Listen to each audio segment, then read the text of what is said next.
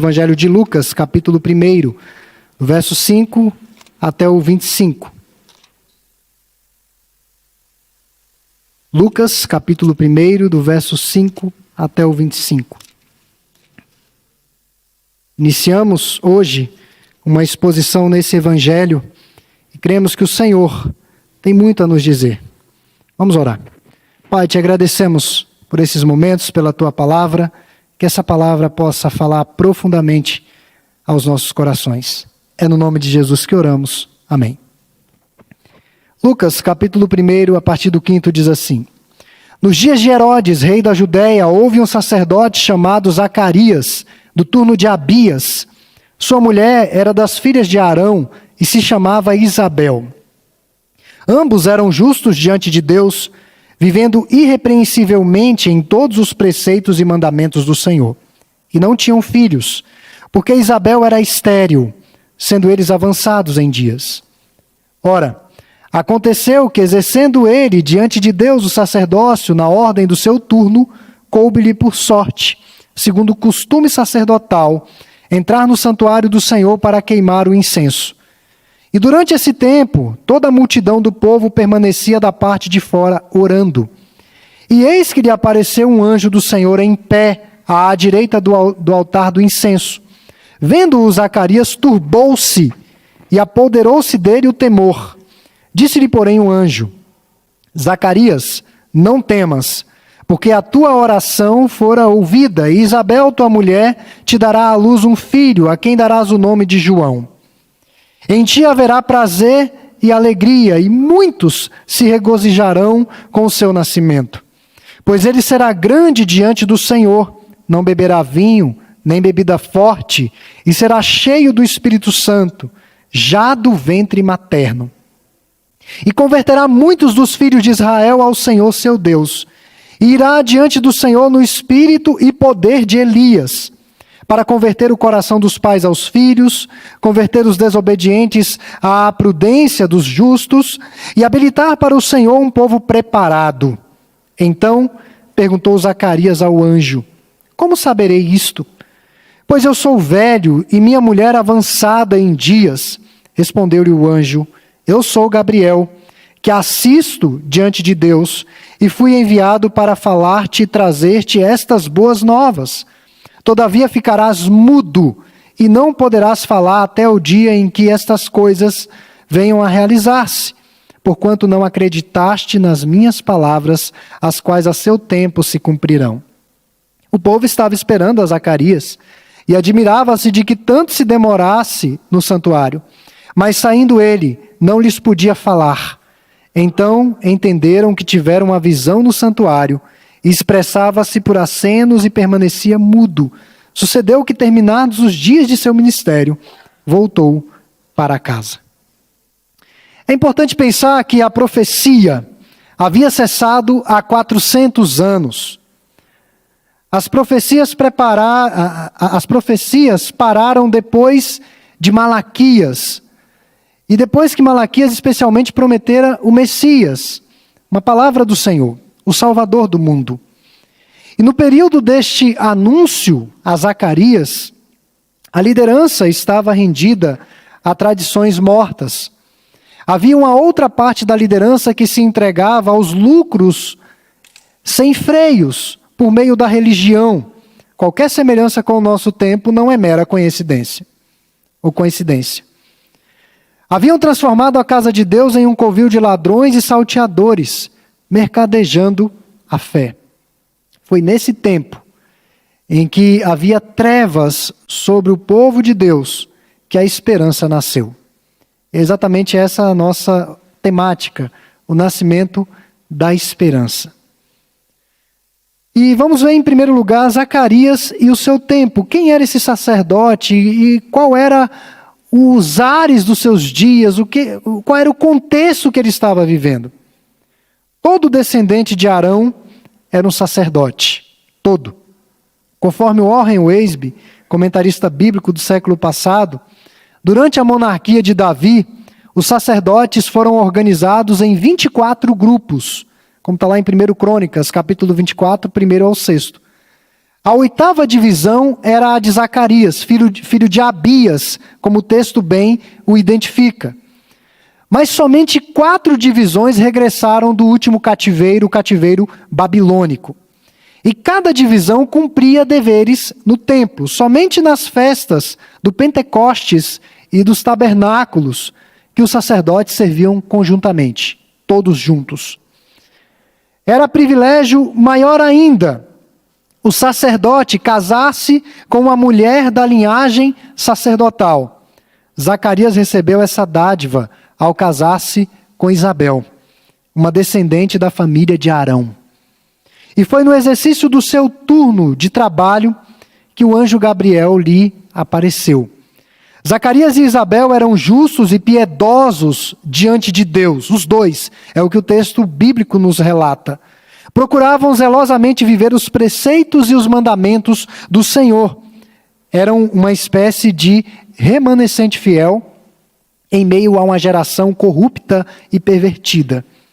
Literalmente, a vida prática deles estava alinhada com o discurso. Não falavam de algo que não viviam. A casa deles, a família deles, os negócios deles eram permeados pela piedade. Mas esse casal vivia um drama. A despeito de serem fiéis e zelosos ao Senhor, a despeito de sua origem piedosa, eles viviam um drama muito triste. Eles não poderiam ter filhos. Talvez isso, no século 21, não tenha muita relevância, não tenha muita importância. Mas naqueles dias, não ter filhos era sinônimo de infortúnio, até mesmo de maldição divina, um sinal de maldição divina à esterilidade. Uma vergonha. Se os irmãos observarem no texto que lemos, vejam que aí no verso 25, o último verso, assim fez o Senhor, contemplando-me para anular o meu opróbrio perante os homens. Essa parte eu não li, mas ela está atrelada ao que nós vamos expor. Foram as palavras de Isabel. Ela usa a expressão opróbrio, vergonha. Vergonha. Literalmente vergonha. Então, em alguns casos, a esterilidade era motivo até mesmo para solicitar o divórcio. Para vocês terem ideia. Nas excludentes que os fariseus inventaram para o divórcio, ou os religiosos, a esterilidade poderia ser motivo sim, que poderia ensejar o divórcio. Isso nunca foi aprovado biblicamente. Conforme J.C. Ryle, pastor inglês do século XIX, o pesadelo da esterilidade era tão grande que Raquel disse a Jacó: dá-me filhos, senão morrerei. Gênesis capítulo 30, verso 1. Dá-me filhos, senão morrerei. E aí no verso 25 nós vemos a felicidade de Isabel, quando Deus lhe presenteou com esse filho. A concepção de João Batista, irmãos, foi indiscutivelmente um milagre. E aqui nós já temos uma lição muito importante na mensagem dessa noite. A extrema incapacidade do homem pode ser sim a oportunidade de Deus. E aí eu penso em muitas coisas. Eu penso na palavra do Senhor quando fala aqueles que se sentem fracos, desvalidos, sem forças. A palavra do Senhor diz o seguinte: diga ao fraco, eu sou forte. O apóstolo Paulo, enfrentando diversas situações difíceis da vida, Paulo disse o seguinte: a minha força reside na fraqueza, porque Deus nos ajuda em nossas insuficiências. O Senhor nos completa. O que não podemos fazer, temos de ter a absoluta convicção de que Deus o fará por nós. Ele não vai fazer aquilo que nós podemos fazer, mas aquilo que nós não podemos fazer, o Senhor o fará por nós. E num primeiro momento, Zacarias acentuou as impossibilidades humanas, como está aí expresso no verso 18. Em outras palavras, o seu coração se manifestou de forma cética. Ele disse o seguinte: não creio não creio em ti, porque as pessoas da minha idade não podem ter filhos. Ora, éramos estéreis, ou somos estéreis, e já estamos idosos, como é que nós vamos ter filhos? e na sequência se processa o juízo de Deus mesclado com a misericórdia. Porque não creu, Zacarias não pôde falar. Ele ficou mudo, mas não para sempre. Quando João nasceu, Zacarias voltou a falar, mas ele voltou a falar para glorificar o nome do Senhor. Temporariamente ficou sem palavras. Zacarias, irmãos, viveu nos dias do governo de Herodes o Grande. Herodes o Grande governou a província de Jerusalém de 37 a 4 a.C. Herodes abraçou de forma política e conveniente a religião judaica e administrativamente dependia de Roma. Herodes realizou muitas obras ali na cidade de Jerusalém. Dentre elas, nós destacamos a ampliação do templo de Jerusalém para agradar os judeus. Mas Herodes foi um governador tirano e cruel. Matou vários membros da própria família. Não foram pessoas que eram opositoras a ele. Ele matou a sua mulher, Mariana. Ele matou a sogra. Isso aqui não é piada, tá, irmão? Isso aqui é história. Ele matou a sogra, Alessandra, e matou os seus 3 filhos. Era um homem sanguinário. E foi exatamente esse Herodes que baixou um edito real, quando o Senhor Jesus nasceu, que as crianças de 2 anos para baixo deveriam ser executadas, deveriam ser mortas. E houve grande choro em Jerusalém de mães que perderam os seus filhos. James Edwards, em seu comentário sobre o Evangelho de Lucas, registrou que até mesmo o imperador César Augusto, imperador de Roma, disse algo muito revelador do caráter de Herodes.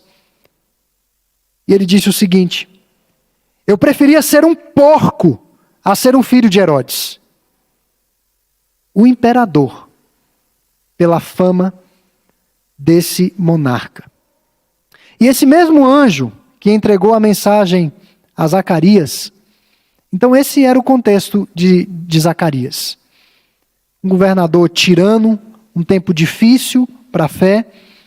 E esse mesmo anjo que entregou a mensagem a Zacarias, entregou a mensagem do Salvador a uma jovem virgem na Galileia. E aqui nós temos um contraste, porque parece que o anjo chega atrasado na vida de Zacarias, já era de ditosa idade, e parece que chega meio que adiantado a Maria, virgem, noiva, ainda nem estava casada. Mas vejam, irmãos, que a Bíblia vai chamar desse momento de a plenitude dos tempos. Era o momento exato.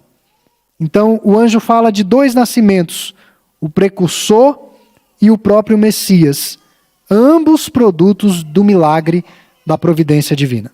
Então, esse é Zacarias e o seu contexto. Segundo, a visita do anjo. Lançaram sortes ali no momento do serviço do sacerdócio para saber quem cumpriria a função. E queimar incenso era o momento mais importante do sacerdócio. Queimar incenso para o Senhor. E Zacarias chegara ao ápice do seu ofício. Queimava-se incenso praticamente uma vez na vida. E ele já era idoso, ele estava esperando isso a vida inteira. E foi nesse ambiente de celebração a Deus que o anjo visitou o veterano sacerdote. O anjo apareceu e se apresentou a Zacarias. Não sabemos o aspecto do anjo, ele viu o anjo. E ele ficou atônito, ele ficou tomado de medo.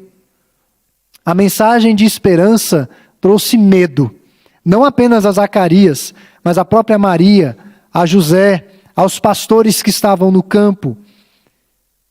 E nós vemos, irmãos, que essa mensagem deveria trazer alento, alegria. A palavra, nós vamos ver a respeito de Maria, mas Maria teve esse encontro com o anjo e ela ficou guardando no seu coração todas aquelas palavras, ela ficou pensando naquilo.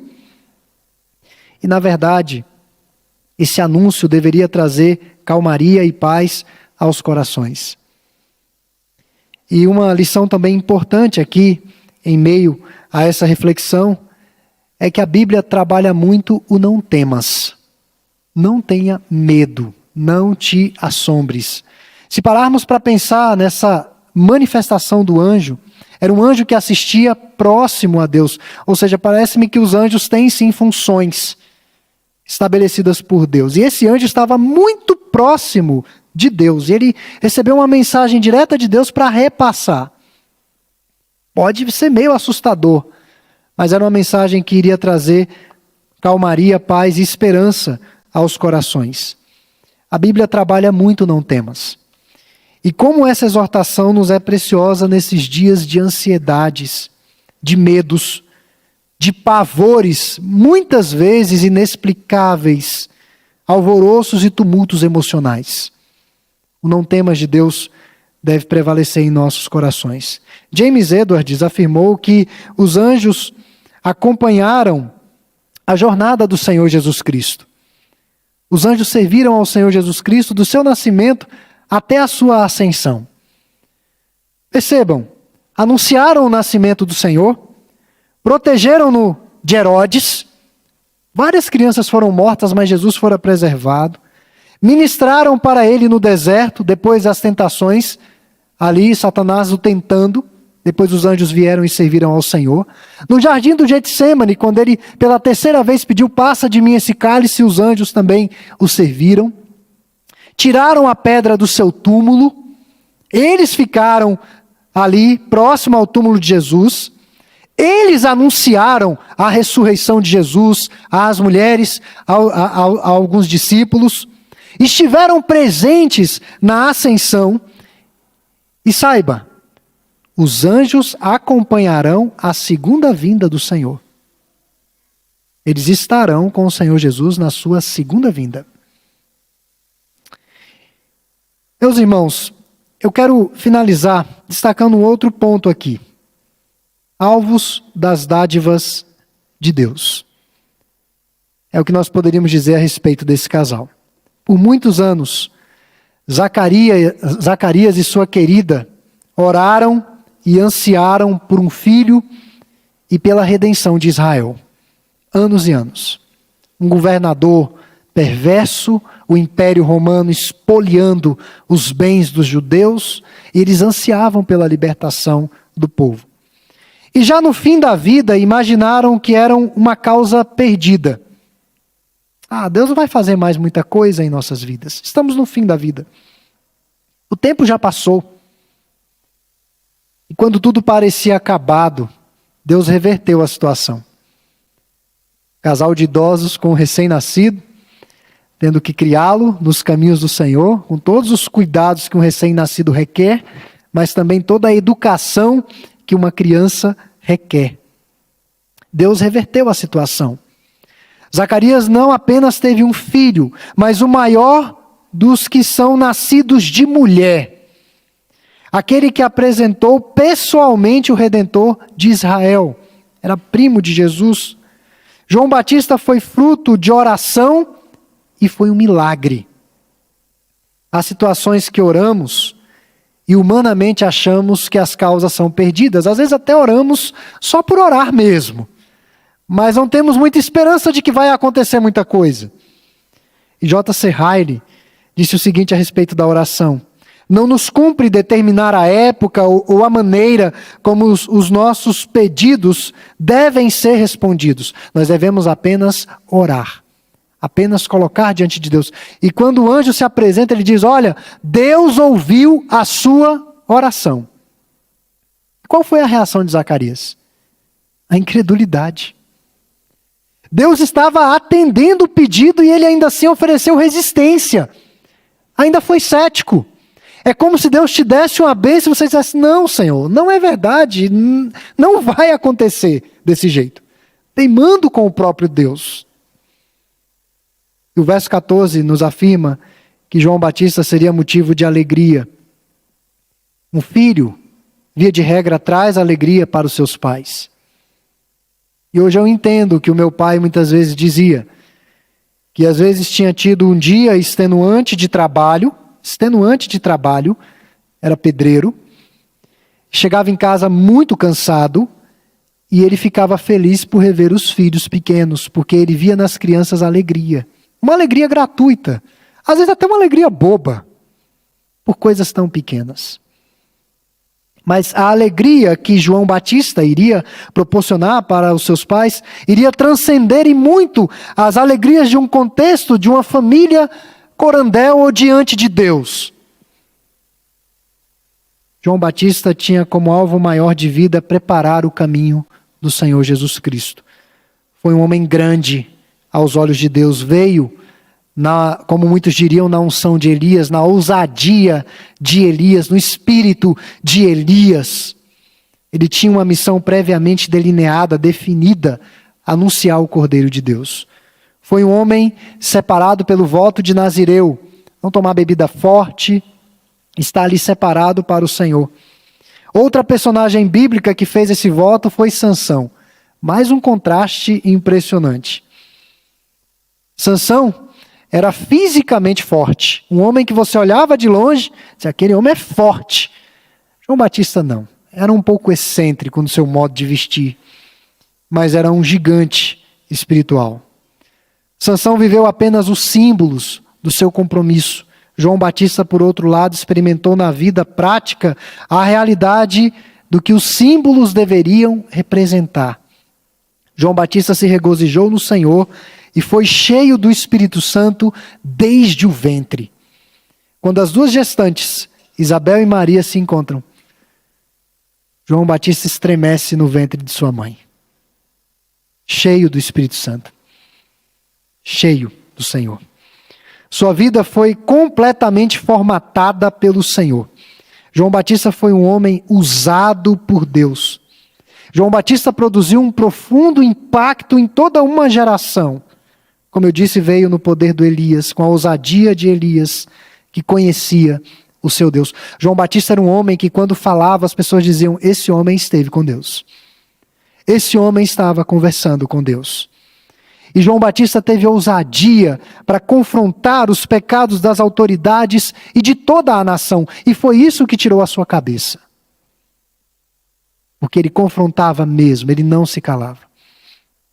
Meus irmãos, concluindo essa mensagem, Deus é o Deus dos possíveis. Ele não é Deus dos impossíveis. Nós que somos homens dos impossíveis, nós somos limitados.